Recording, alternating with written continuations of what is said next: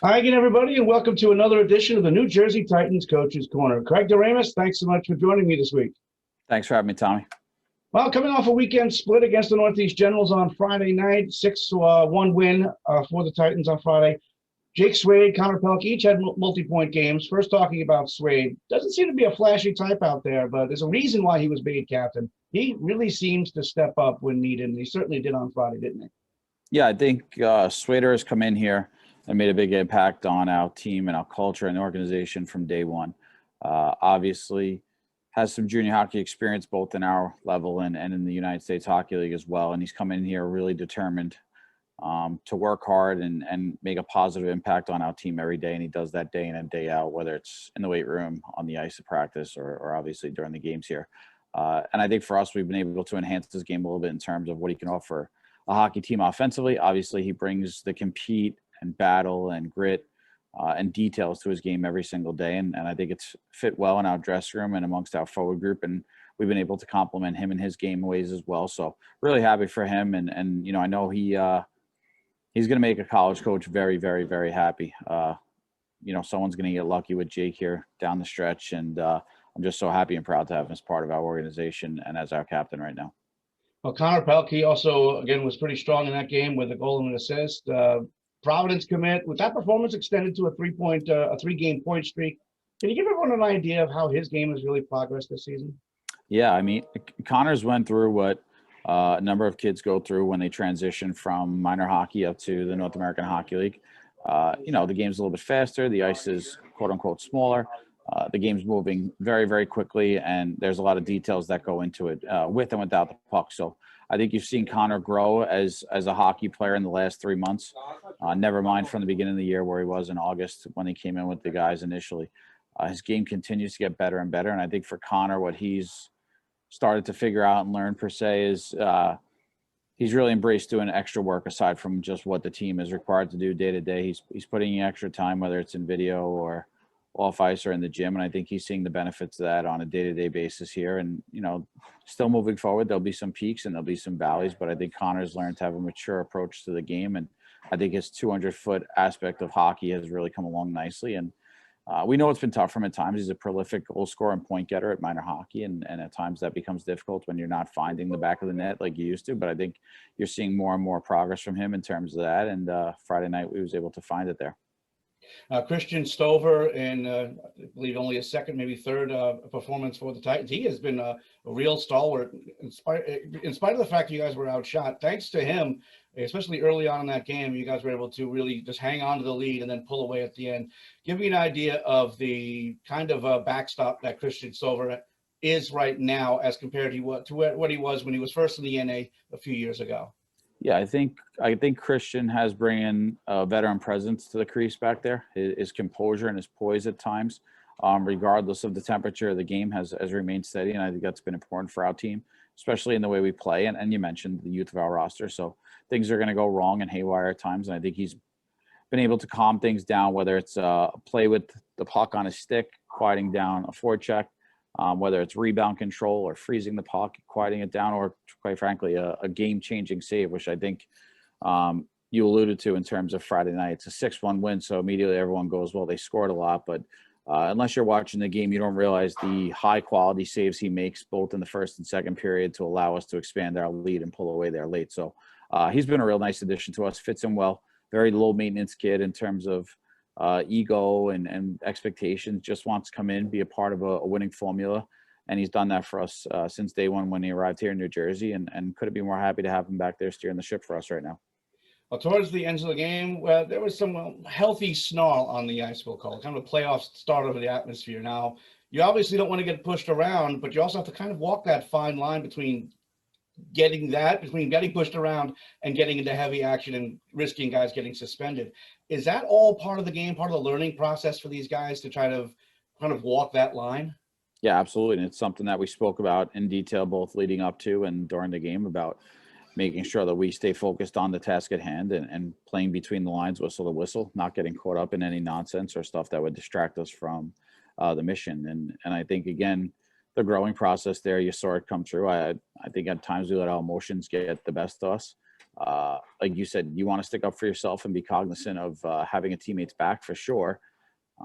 But there's a big difference between doing that and acting haphazardly and kind of selfish at times, right? It's you got to know when to toe the line there. And I thought at times we did a really good job Friday night. And then there was times where I thought we left a lot to be desired in terms of our composure and our maturity in our game. And you have to know that as a hockey player, especially here as down the stretch run, as you approach the playoffs, every game means a lot, not only for our club, but for the opponent as well. And emotions are a big part of it. And they're going to run high and they're going to run low. And you got to know how to combat it and maintain your maturity and your composure throughout, regardless of the situation or circumstance.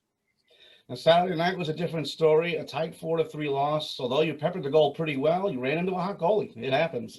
What do you say to the team on the bench while that's going on? Because obviously everybody knows it. He looks good today. We got to do something different. Is that pretty much what the conversation is? Or is it basically, all right, just keep doing what we're doing, keep throwing pucks at the net, and they'll eventually get by them? Yeah, I thought it was more about just believing in our structure throughout in all three zones, not just talking about what we want to achieve in the O zone. I thought we had our opportunity to score, like you said, made some saves, but I think for us, it's more about the formula and the gameplay leading up to that shot on net. That's quite frankly more concerning for us as a staff. So we talked about some good habits that we wanted to maintain in terms of our structure and our detail. And I thought for the most part, probably 50 minutes or so, it was pretty good. It was above average. And then I thought after we took the 3-2 lead, things went a little bit haywire. Now, a general coaching question here. I thought I noticed a little bit of a new wrinkle in the power play this weekend. Now, obviously, whoever's controlling the breakout, we can't call out a play like you would do in basketball. But am I wrong thinking that there are general plays that you guys work on during the week, and when that kind of breaks down, it kind of evolves into creativity and improvisation? There's certain things that we pre-scout in terms of how teams are going to pressure us and forecheck us. And then we give the players certain reads that they want to react to and look for.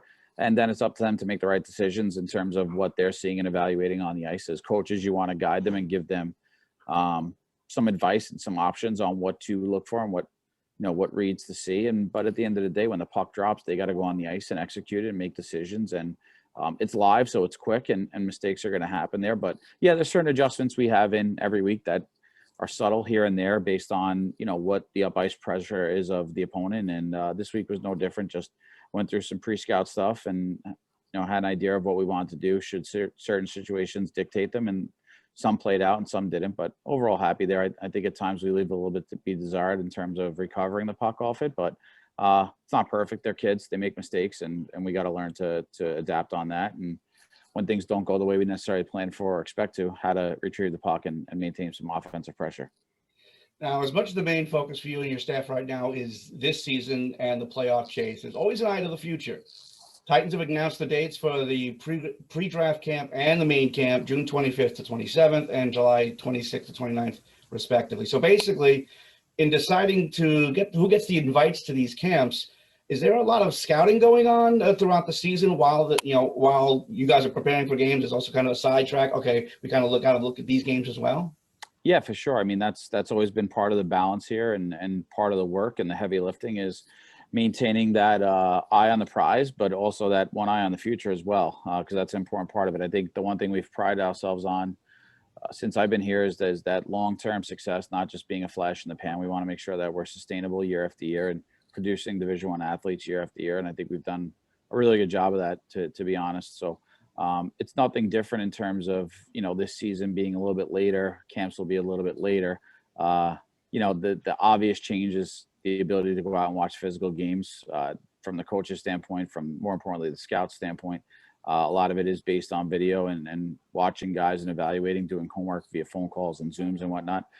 So a little bit change of plans, change of scenery in terms of that, but nothing foreign to us. This is what we do every year. You have to roll out the camps and start that process and begin to look towards it. You rely heavily on your scouts and the assistant coaches here have done a great job stepping up and steering the ship in terms of that part of the program here. And it's not an easy balance. It makes for some long days. And, at times you'd love to be able to just concentrate on the now, but that's just not realistic. You have to always kind of keep one eye here and one eye elsewhere. And it's been good for us. I think we've really set ourselves up nicely here in terms of where we're at player procurement wise, both without draft capital and where we're at in the tender process.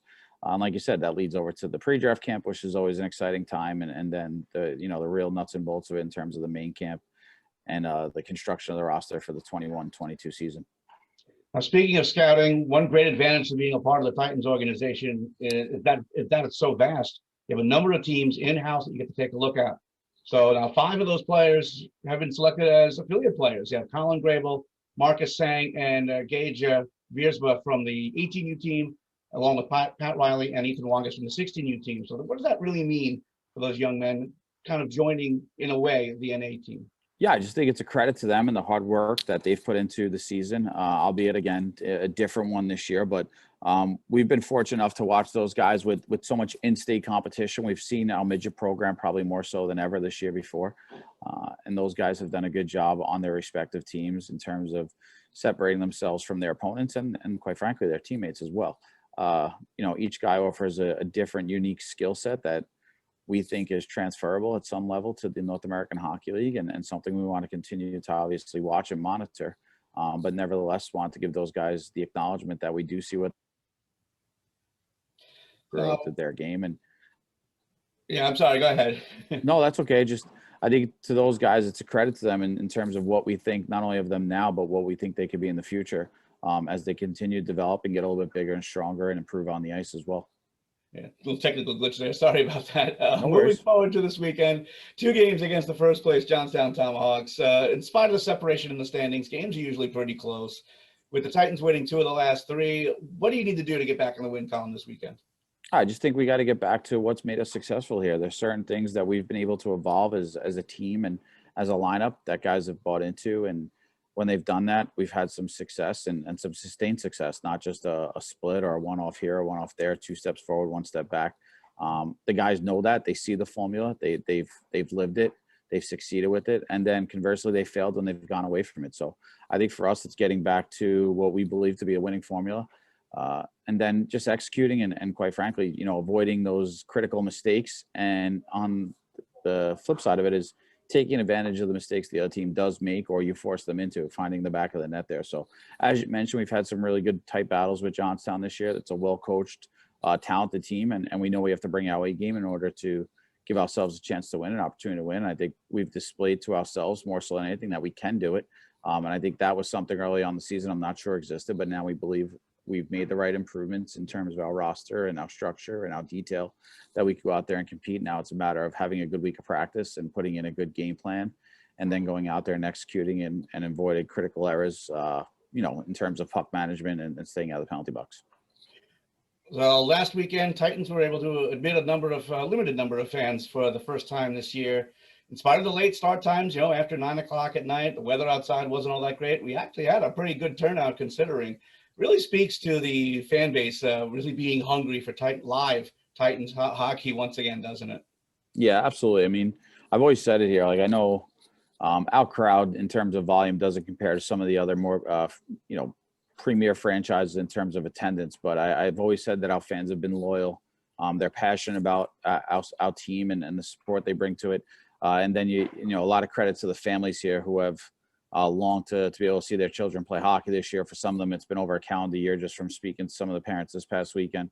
And they're willing to do whatever it takes to get to watch them play. So traveling to New Jersey, purchasing tickets, and getting to support their families, I think is super important for the parents and for the players alike. I know a lot of guys were looking forward and really proud to play in front of their folks and get to see and chit chat with them afterwards a little bit here and enjoy a meal together and whatnot. So happy for the guys. There's a human element to this game that probably gets somewhat overlooked at times. And I think for these guys, getting the opportunity to play every weekend has been great, no doubt. But I think you could all think back to when you were little and playing the game and getting to look up into the crowd and see your parents watching and knowing they were proud and watching you and they were evaluating you and you were going to get a pep talk afterwards, whether it was good or bad, depending on how you played. But nevertheless, you were happy to have them in the crowd. And I think, at the end of the day, we're dealing with just older, bigger kids. They're still kids. So really happy for our guys to have that support from their families.